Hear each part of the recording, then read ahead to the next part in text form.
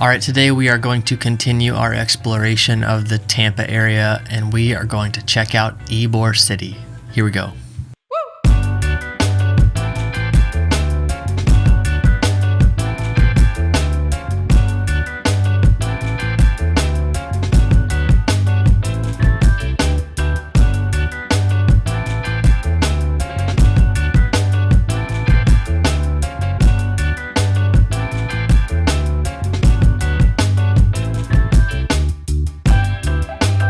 I'm Sam, and thanks for coming by the Living in Tampa channel, where every single week we make videos about what it's like to live or move to the Tampa, Florida area. If that's something you want to follow along with, don't forget to subscribe down below. Also, I am a licensed realtor in the state of Florida, so if you have any real estate specific questions, don't hesitate to reach out anytime. Alright, today we are continuing our Tampa Explained series. This is part 6 of Tampa Explained, and in this series, what I'm really trying to do is break down the area into chunks that make sense. I've had people ask me before, like, can you tell me price ranges based on zip codes or questions like that? And so in this series, I'm just trying to break down the city into chunks that make sense, because it doesn't make that much sense unless somebody explains it to you or unless you spend a lot of time studying it through various sources. One of the reasons that it doesn't quite make sense is because Tampa is actually only this small shape right here through the middle of town. Then you have other areas that have Tampa addresses but aren't actually part of the city of Tampa. They're part of the county. But we'll get to all of these, and if you've missed any of the Tampa Explained videos, the links are up above to check out some of those. But today we're talking about Ybor City, one of the oldest areas in Tampa. And since this is mostly a historic district, there isn't a lot of residences in this area.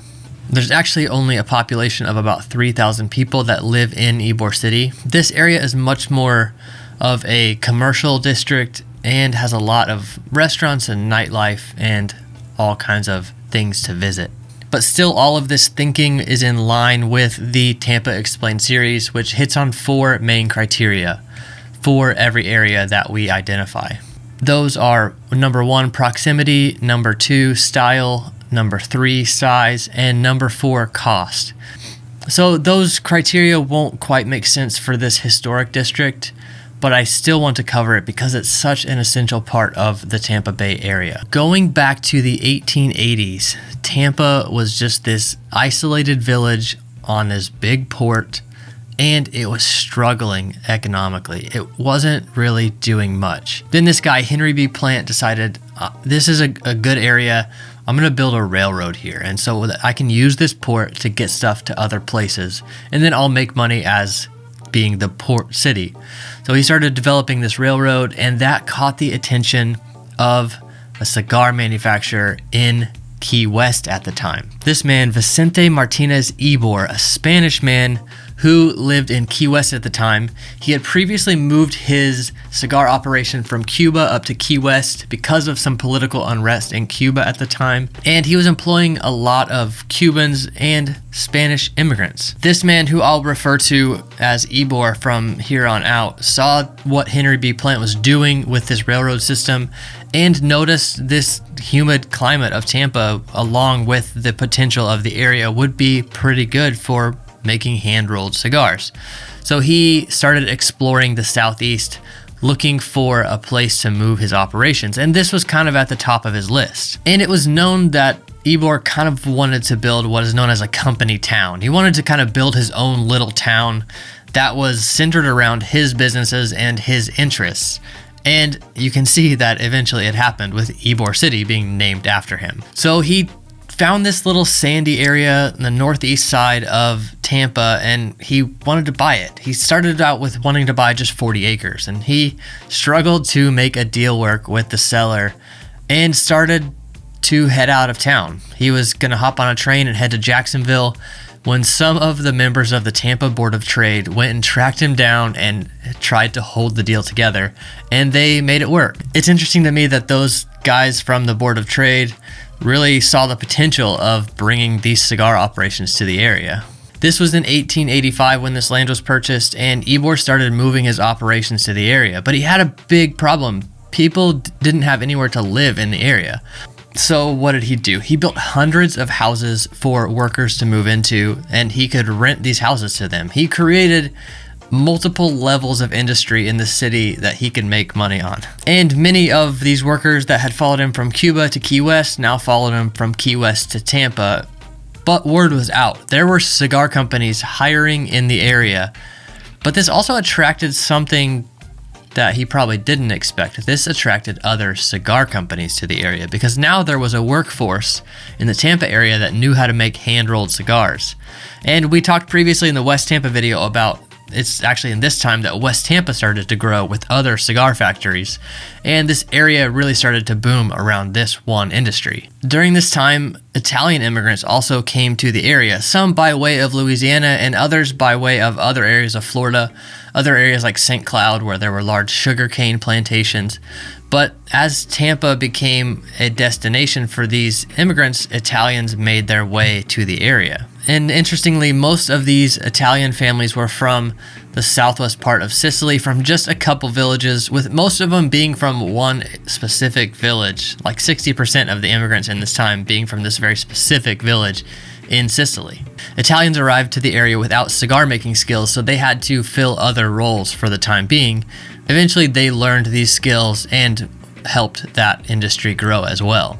And of course, they opened other businesses like cafes and restaurants, and even some boarding houses like hotels. One interesting fact about the Italian immigrants is they would often bring large families with them, and this caused a big boom in the Italian population at the time. But it wasn't just the Cubans and the Spaniards and the Italians. Germans, Romanian Jews, and Chinese immigrants were also coming to the Tampa area. The Romanian Jews and the Chinese families filled all kinds of jobs, but the Germans really contributed to the cigar industry, often being the managers and supervisors and bookkeepers for the cigar operations. They also brought some manufacturing expertise from Germany to make these specific cigar boxes and the cigar labels that went on the box. And this was really how the brands were developed, is with these specific boxes. The Germans were very good at this, and they kind of captured this part of the market. Following World War I, there was a lot of anti-German sentiment, and of course that was around the world, but especially in the US. And the German culture and society kind of came to a halt in the Tampa area, and even the big German social club closed because of this anti-German sentiment. But that brings up the clubs. The social clubs in Ybor City and in Old Tampa were a big part of the culture. These social clubs provided all kinds of stuff. They provided libraries, educational programs, sports teams, restaurants, social functions like dances and picnics, even medical services. But beyond all of this, as the city was growing, the clubs helped it to still feel small. This may have been the biggest city that these families had ever lived in, and they still wanted to feel connected to their neighbors and to their communities, and these clubs really helped with that.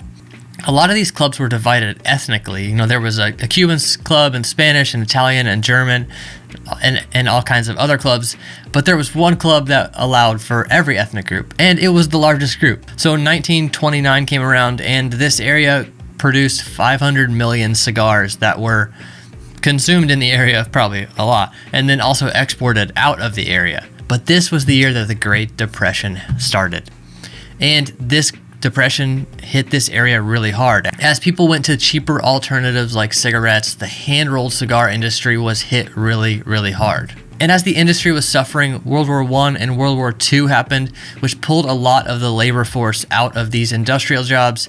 And in the midst of those wars, industrialization was at its peak, and a lot of the cigar industry became mechanized. This reduced the need for these hand-rolled cigars, as people thought that a machine could do just as good of a job. Ybor City continued to empty and deteriorate all the way through the 1960s, and then some federal urban renewal money came to the area to tear down some deteriorating buildings and replace them with residential and commercial buildings. Unfortunately, there was only enough money to tear down the buildings, and these lots sat empty for decades. Then, as interstates were being built across the country, Interstate 4 was built right across Ybor City, cutting it in half into a north chunk and a south chunk. A lot of these north-south streets through Ybor City now had to deal with an interstate that ran across them. And of course, to build this interstate, a lot of the community had to be torn down to make room for it. All right, so it was rough, obviously, in this time. But then the 1980s, artists started to see this area of Ybor City as an interesting and inexpensive place for studio space. There was a lot of old industrial and turn-of-the-century locations where artists could build studios and create all kinds of art. And this started the slow recovery of Ybor City. Then in the 1990s, some of these old brick buildings that were cigar factories and other kinds of industry were converted into restaurants and bars and all kinds of other businesses. Then in the 2000s, the development continues as some apartments and condos are built, and people start to convert some of these old buildings into residences and other businesses. And then in 2009, IKEA, the Swedish furniture store, opened a store in Ybor City right on the south edge of the city, right on Tampa Bay. And really what this indicated was the economic significance of this area. So let's look at the boundaries of the area. To the south, the Tampa Bay is the southern border of Ybor City. To the north, Martin Luther King Jr. Drive, which used to be known as Buffalo Avenue. To the west, Nebraska Avenue is really the border. And then to the east, 40th Street. So this little area right here, and even on the map, you can see the old grid system that was designed to make this city a really usable and livable area. Some top attractions in the area, really starting with cigars. You can go places and still watch cigars be rolled by hand, even just from the street. But there's also tons of food and nightlife, restaurants, bars, nightclubs, and things like that in this area. This is kind of a party district. There is a cigar museum where you can go kind of see some of this history firsthand. There's a little movie that plays and all kinds of historical artifacts, photos, and things like that. There are also a couple other museums, the Ybor City Museum State Park, and then the Streetcar Museum. Apparently the streetcars in this area were a big deal in that era, and they are still functioning today, albeit, quite upgraded, but they connect a lot of this kind of downtown area. Really quickly, I wanted to hit on the current economy of the area, which is 22% professional services, 18% retail, 14% manufacturing, 13% wholesale and distribution, and 11% restaurants and bars. And again, there are only about 3,000 residents in Ybor City. Of course, if new housing and new apartments and condos are built, that will increase, but a lot of the surrounding areas are building those kind of residences so that Ybor City can remain a unique little historic district. Ybor City is a really cool place to visit, and the Columbia restaurant, which is downtown Ybor City, is the oldest restaurant in Florida, and it struggled but remained open during those economic depressions and all of that urban deterioration. The Columbia restaurant was still there the whole time, and it's still there today. Of course, there are plenty of Ybor City videos online, and this is just another one of those, kind of pointing out how unique this area is, how it still feels very unique. It still has this kind of old world Cuban-inspired feel, and some people say it even just feels like it's part of Cuba. But I want you to come visit and see for yourself. I hope you found this information valuable. Next week, we're going to cover the Heights. So Seminole Heights, which is really kind of the food spot of the city, and some of the areas surrounding. This area has also been redeveloped a lot over the past 10-20 years, and we'll get into some of those details. So come back next week for Seminole Heights and surrounding areas. Again, if you have any real estate specific questions, don't hesitate to reach out. My phone number and email are right there on the screen. Thanks for coming by.